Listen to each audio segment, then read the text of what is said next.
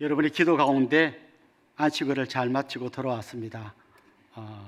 쉬기도 하고 또 그동안 못 읽었던 책들도 쌓아놓고 읽기도 하고 또 기도원에서 한 주간을 보내기도 하면서 도끼 날을 열심히 갈고 왔습니다.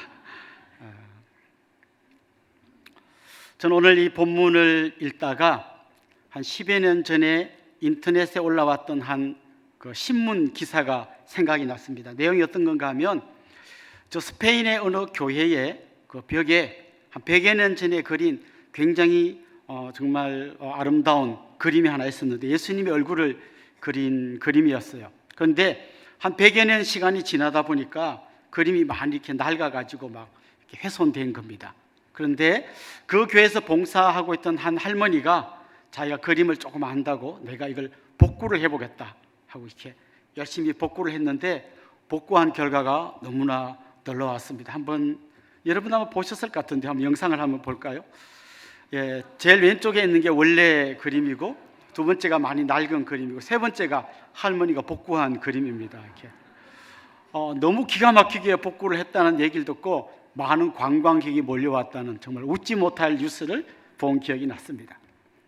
제가 왜 오늘 이 그림이 생각이 났나 하면요, 우리가 하나님의 말씀을 듣고 지킨다고 하지만 종종 나도 모르는 사이에 그 말씀에 내가 덧칠을 하는 거예요. 원래 말씀대로 지키는 게 아니라 내가 적당히 덧칠을 해서 전혀 다른 모습으로 바꾸어 놓고 그게 마치 하나님의 말씀인 것처럼 그렇게 지키는 그런 경우가 많이 있기 때문입니다. 우리 구약 성경 읽다 보면 이스라엘 백성들이 한 번도 하나님을 안 섬긴 적은 없었어요. 열심히 절기도 지키고 또 성전에 가서 제사도 지내고 자기들 나름대로 열심히 했는데 하나님이 원하시는 방식이 아니라 자기가 엉터리로 덧칠한 엉터리로 열심히 하나님을 섬기다 보니까 하나님은 그들의 종교 생활을 기뻐하기보다는 그것 때문에 굉장히 불편해 하셨습니다. 어느 정도 불편했는지 말라기 1장 10절에 보면 이런 말씀이 나옵니다. 만군의 여호와가 이르노라 너희가 내 제단 위에 헛되이 불사르지 못하게 하기 위하여 너희 중에 성전문을 닫을 자가 있었으면 좋겠도다. 내가 너희를 기뻐하지 아니하며 너희가 손으로 드리는 것을 받지도 아니하리라. 열심히 드리는데 나 안 받고 싶어. 쟤들 좀 못 오게 성전문 좀 닫아줘. 이렇게 말씀하실 만큼 그들이 하나님을 섬기는 거 하나님 불편하게 생각했어요. 그러니까 우리는 얼마나 열심히 섬기는 것보다 더 중요한 것은 하나님이 원하시는 게 뭔지를 아는 게 더 중요한 거예요. 그래서 누가 이런 우스갯소리를 합니다. 요즘 많은 성도들이 마가복음, 누가복음 대신에 내가복음을 열심히 만들어서 지키고 있다. 내가 그냥 만든 나의 덧칠한 걸 그게 진짜라고 신앙생활을 하는 경우가 있는데 우리 주님이 기뻐하지 않는다는 거죠. 오늘 우리가 읽은 이 본문도 그런 배경에서 읽으면 좋겠어요. 그 당시 정말 열심히 율법을 지킨다고 한 바리새인들이 예수님을 찾아와서 굉장히 어려운 질문을 던진 이야기가 오늘 본문에 나옵니다. 그런데 사실 오늘 이 본문 마태복음 19장은 마태복음 전체를 놓고 보면 예수님이 어떤 동선을 따라 움직이실 때 굉장히 중요한 방향 전환을 한 아주 중요한 분기점 같은 곳에 있는 말씀이에요. 여러분 우리 한번 1절 2절 같이 읽어보면 좋겠는데요. 같이 읽어봅시다. 예수께서 이 말씀을 마치시고 갈릴리를 떠나 요단강 건너 유대 지경에 이르시니 큰 무리가 따르거늘 예수께서 거기서 그들의 병을 고치시더라.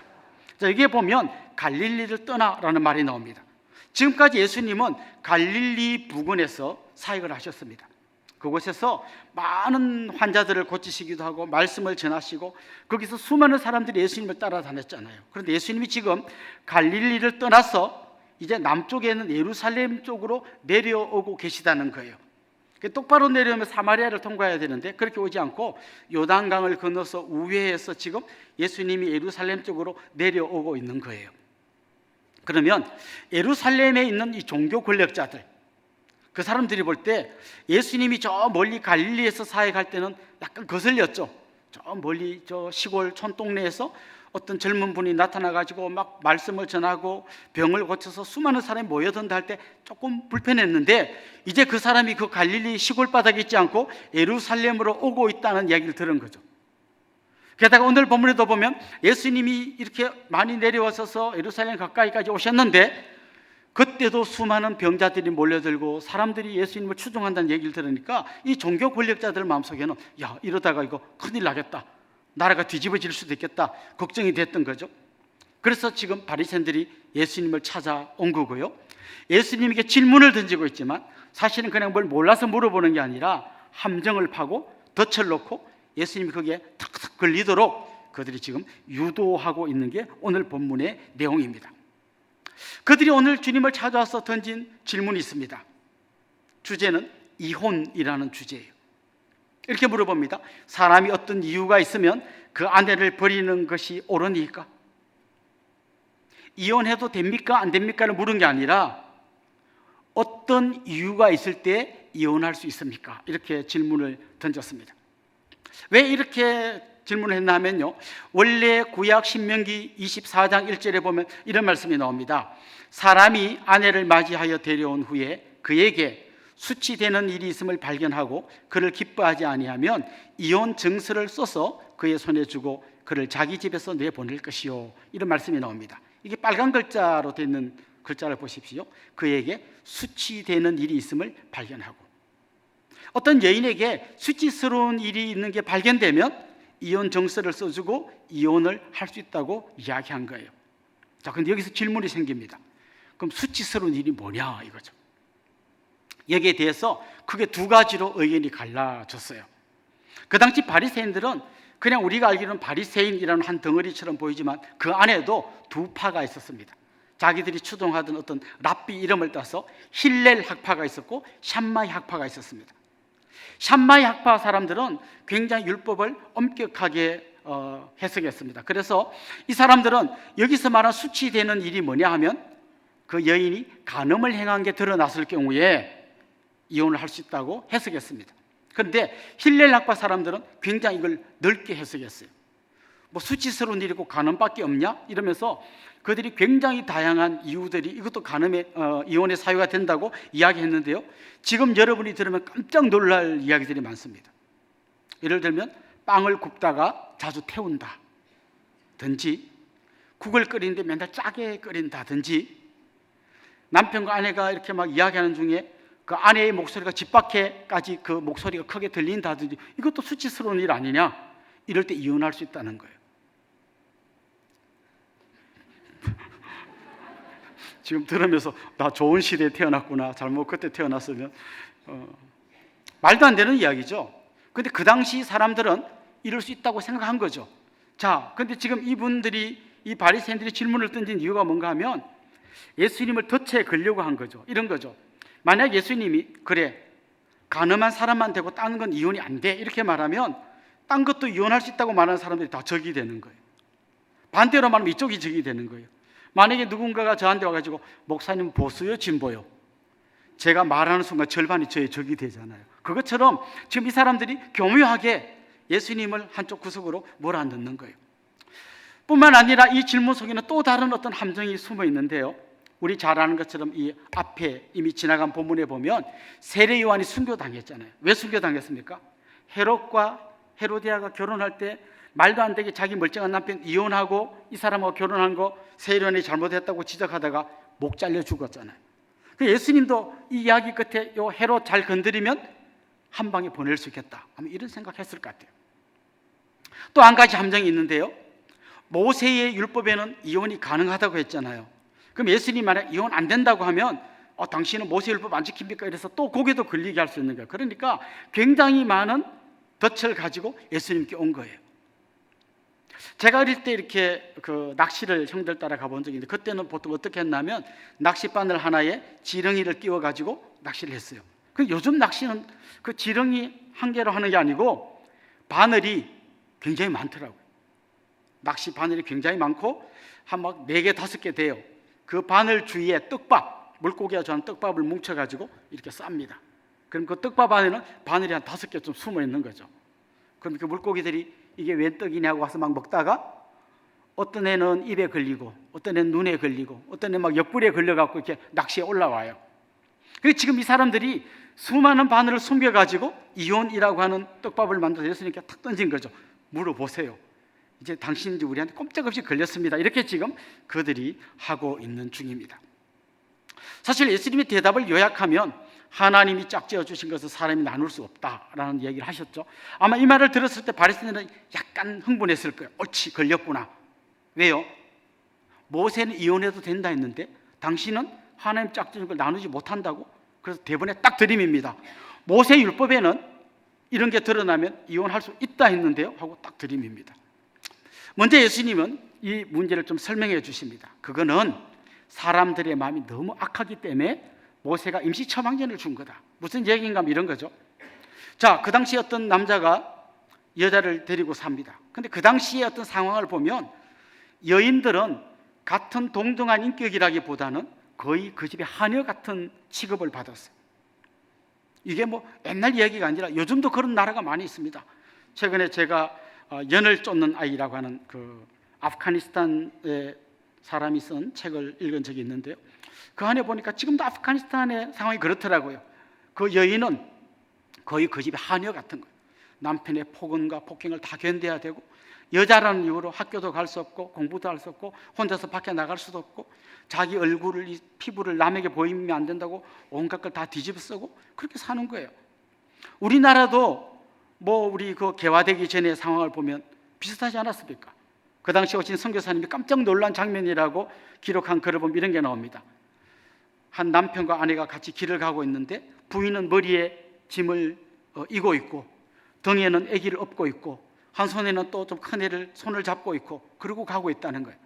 근데 그 옆에 남편은 보니까 담뱃대를 입에 물고 팔자걸음으로 가고 있다는 거예요. 이게 우리나라의 그렇게 오래전이 아닌 우리나라의 모습 아닙니까? 그렇다면 지금부터 3,500년 전 모세 시대는 어땠는가? 그때는 뭐 상상할 수 없었겠죠. 근데 그때 어떤 문제가 있었냐면 이런 거예요. 어떤 사람이 자기 부인을 데리고 살다가 마음에 안 들어서 쫓아내는 거예요. 그럼 쫓겨난 이 애는 정말 힘들게 건건히 살아가는 거죠. 그런데 남편이 쫓아낸 이 부인을 한 5개월쯤 지났는데 에이 됐어 다시 와 하면 또 오는 거예요. 또 쫓겨났어요. 그럼 이 사람은 지금 이혼을 한 건가요? 안 한 건가요? 애매모호합니다. 독일어로 애매모호합니다 지금. 자, 이런 상황 속에서 이 문제를 어떻게 풀어야 되냐. 만약에 이 여인이 이렇게 쫓겨났어요. 그런데 이 여인이 나 이제 이 남자하고는 끝났으니까 딴 데 시집 갈래. 시집 가려고 할 때 전 남편이 나타나가지고 내 부인인데 왜 시집 가려고 하냐. 너 간통이다. 이 말도 안 되는 상황이 있는 거예요. 그래서 모세가 그들의 그 완악함을 보고 진짜 그 사람하고 안 살 거면 이혼 정서라도 써줘가지고 확실히 이혼됐다는 걸 알려줘라. 안 그러면 이 여인은 정말 오도 가도 못한 신세 아니냐. 이렇게 해서 이혼 정서 써주고 이혼할 수 있다고 모세가 말한 거라는 거예요.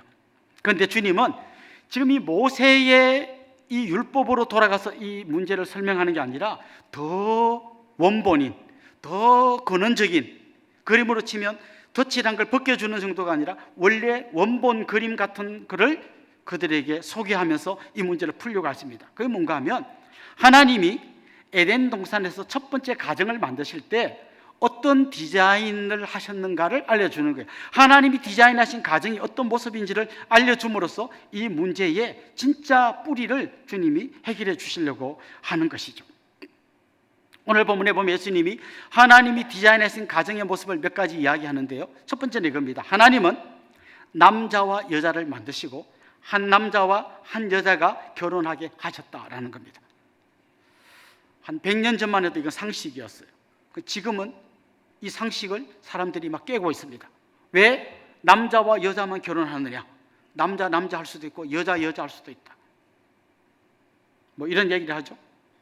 남자도 있고 여자도 있는 게 아니라 제3의 성을 가진 사람도 있다. 몸은 남자인데 여자라고 생각하는 사람도 있고 몸은 여자인데 남자라고 생각하는 사람도 있다. 그럼 이렇게 결혼할 수 있지 않냐고 하는 이런 이야기들이 요즘 많이 나오고 있습니다. 뭐 흔히 동성애 문제이죠.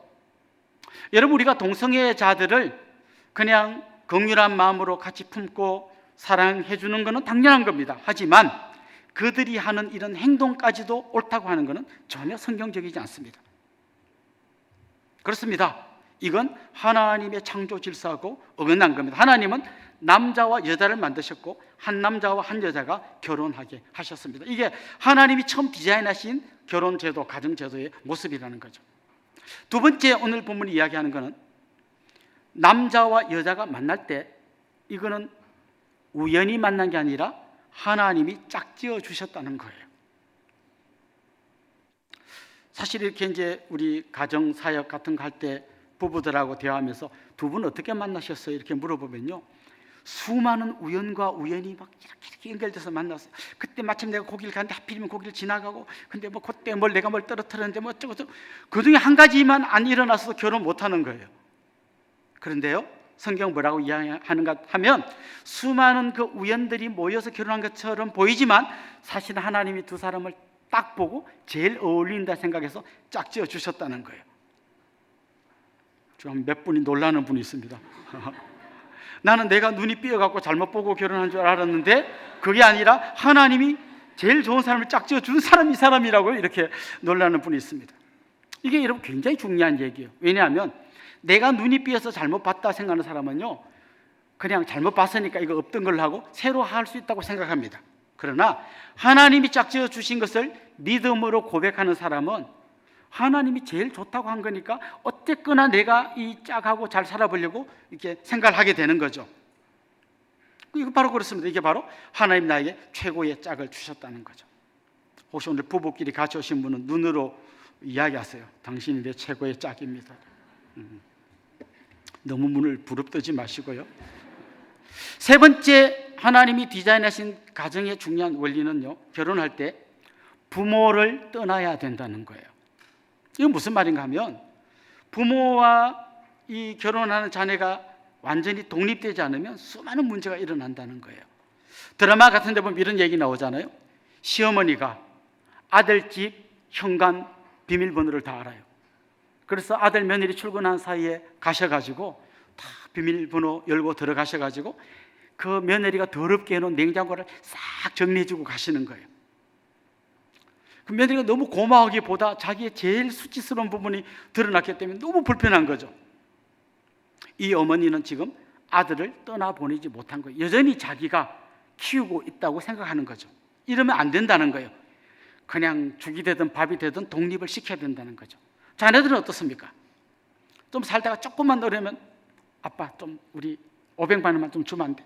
급할 때는 아빠한테가 손 내밉니다. 아니에요. 결혼했으면 힘들면 딱 둘이 허리띠 졸라매고 독립해서 살아야 된다는 거예요. 이게 성경의 원리예요. 이게 안 되면 고부 간의 갈등, 장모 사이 간의 갈등, 수많은 갈등들이 일어나게 된다는 거죠. 어린아이가 엄마 뱃속에 있을 때는요, 탯줄을 통해서 영양분을 공급받습니다. 그런데 딱 이 땅에 태어나면 제일 먼저 하는 게 탯줄을 잘라야 돼요. 이거 자르면 죽을 것 같지만 잘라야 삽니다. 결혼한 아들, 딸 탯줄을 자르듯이 엄마 아빠하고 확실히 분리되어야, 그래야 진짜 아름다운 가정으로 독립할 수 있는 거예요. 하나님이 디자인하신 가정의 마지막 네 번째 원리, 이게 사실 오늘 본문에 제일 중요하게 다루는 주제인데요, 두 사람이 합하여 한 몸이 되어야 한다는 거예요. 우리 5절 6절 같이 한번 읽어봅시다. 말씀하시기를 그러므로 사람이 그 부모를 떠나서 아내에게 합하여 그 둘이 한 몸이 될지니라 하신 것을 읽지 못하였느냐. 그런즉 이제 둘이 아니요 한 몸이니 그러므로 하나님이 짝지어 주신 것을 사람이 나누지 못할지니라 하시니. 자, 여기 보면 남자와 여자가 합하여 한 몸을 이룬다 그랬어요. 근데 이게 합하다라고 하는 이 단어의 뜻을 직역하면 악교풀로 붙이다라는 뜻이에요. 악교풀 아십니까, 여러분? 젊은 세대는 악교풀 처음 들어보는 걸 거예요. 악교풀이 뭔가 하면 이게 동물의 뼈 같은 걸 녹여가지고 끈적끈적하게 한 풀이에요. 그러니까 요즘으로 치면 본드입니다, 본드. 그러니까 두 사람이 합하다는 말은 그냥 대충 침 발라갖고 이렇게 또 붙여놓는 게 아니라 본드로 완전히 딱 붙인다는 얘기예요. 이게 성경이 말하는 부부가 합해서 하나 된다는 이야기는 이 정도의 하나됨, 이 진짜 하나님이 원하시는 하나됨, 합하여 하나됨이라는 거죠. 혹시 여러분 체육대회 때 2인 삼각 경기 해보셨습니까? 두 사람이니까 다리가 4개인데 한 개씩 묶어서 다리가 3개 되게 해서 뛰라고 하면요, 호흡이 잘 맞는 부분은 거의 그냥 혼자 뛰는 것처럼 착착착 하나 둘 하면 뛰어갑니다. 호흡이 안 맞는 부분 있죠. 막 걸려 넘어지고 빨리 가고 해서 엎어집니다. 마치 두 사람이지만 한 몸인 것처럼 그렇게 하나 되어야 한다는 것입니다. 같은 꿈을 꾸고 같은 비전을 가지고 서로가 자기의 부족한 걸 녹여내면서 한 마음 한 몸이 되어야 한다는 거죠. 한 마음이 될 뿐만 아니라 오늘 본문의 표현처럼 한 몸을 이루어야 된다라는 이 말 속에는 어떤 성적인 의미가 녹아 있습니다. 부부 사이에는 성이라는 게 너무나 아름다운 거예요. 이 성이 부부 사이를 벗어나면 가장 더럽고 추한 것이 되지만 부부 사이에 있는 성은 하나님 주신 아름다운 선물이에요. 그래서 이거를 하나님의 뜻대로 이 성생활을 잘하는 것이 오늘 본문이 이야기하는 하나님께서 원래 디자인하신 가정의 모습이에요. 혹시 여기 아내분들 중에 이걸 귀찮아하거나 계속 거부해왔던 분이 있다면, 그래서 각방 쓰는 분이 있다면 회개하시고 하나님 말씀에 순종하시기를 바랍니다. 아멘이 나와야 되는데. 남편 여러분, 여러분이 원하신다면 먼저 이 아내의 마음이 녹을 수 있도록, 마음문이 먼저 열릴 수 있도록 지극정성을 다해서 아내를 감동시키기를 바랍니다. 그래야 주님이 원하시는 한 몸을 이룰 수 있는 거예요. 자, 결국 우리 주님은 이혼하면 되냐 안 되냐 이걸 말씀하시는 게 아니고 그 전에 정말 아름다워서 한 몸을 이루는 이런 가정을 이루어야 된다고 말씀하고 있는 겁니다. 자, 주님이 이 말씀을 들은 사람들의 반응이 어땠을까요? 바리새인들은 더 이상 말을 안 합니다. 그런데 제자들이 질문합니다. 이렇게 말합니다. 10절에 보면요, 제자들이 이르되 만일 사람이 아내에게 이같이 할진대 장가들지 않는 것이 좋겠나이다. 이거 무슨 말이에요? 이거 어떻게 합니까? 그러니 차라리 장가 안 가는 게 혼자 사는 게 낫겠네요. 어떻게 가서 둘이 막 한 몸을 이루고 막 하나 돼가지고 본드로 붙이고 되지도 않잖아요. 이렇게 지금 제자들이 예수님께 질문하는 거예요. 아마 오늘 이 말씀을 듣는 여러분도 속으로 목사님 다 좋은 말씀이긴 한데 그거 안 됩니다. 내가 30년간 안 해봤겠어요. 얼마나 오만 거 다 해봤는데 안 됩니다. 우리 남편은 안 됩니다. 자, 여러분, 주님은 되지도 않는 걸 하라고 말씀하신 걸까요? 아니면 주님은 결혼을 안 해봐서 진짜 결혼 생활이 어떤 건지 몰라서 이렇게 순진한 얘기를 하신 걸까요? 주님은 우리가 무엇을 해야 되는지도 말씀하셨지만 어떻게 해야 되는지도 가르쳐 주셨어요.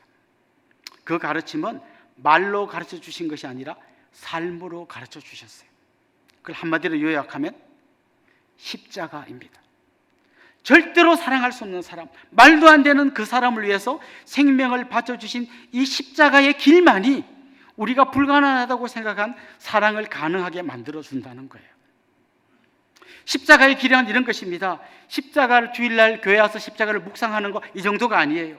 십자가 앞에서 눈물을 좀 흘리는 거 이 정도가 아니에요. 내가 주님과 함께 십자가에 못 박히는 거예요. 내가 죽는 거예요. 그 자리에서 진짜 우리 안에 내가 할 수 없었던 그 사랑을 할 수 있는 힘이 생겨나게 되는 것입니다. 주님은 단지 이혼하려는 사람을 겨우 말려놓고 절대 안 돼, 하면 안 돼, 이걸 이야기하려고 하는 게 아니에요. 하나님이 원래 디자인하셨던 아름다운 가정으로 우리를 회복시켜 주시기를 원하시는 거예요. 사실 하나님은 가정을 만드시고 그 가정의 아버지를 통해서 하나님 아버지를 보게 하셨어요.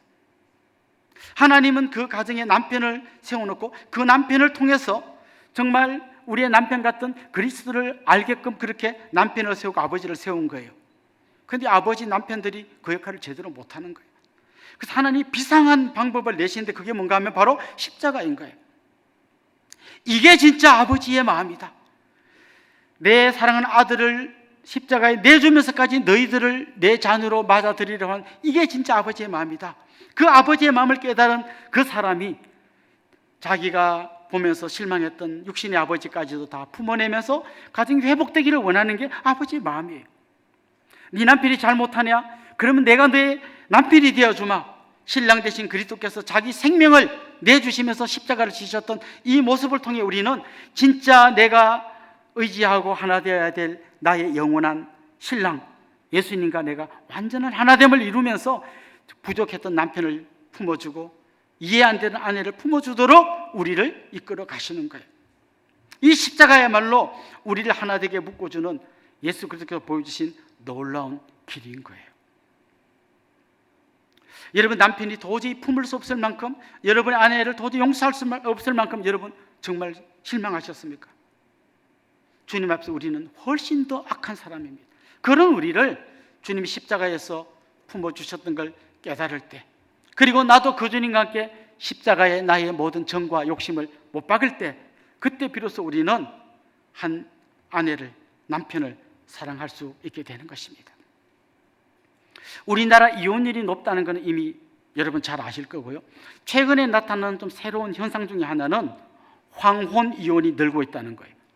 30년씩 살았던 부부가 이혼하는 거예요. 이게 뭘 말하는가 하면요, 이혼 안 하고 같이 사는 부부 중에도 그냥 아들 장가만 보내봐라는데 너랑 사는가 봐라 하고 이빨 깨물고 사는 부부가 많이 있다는 거예요.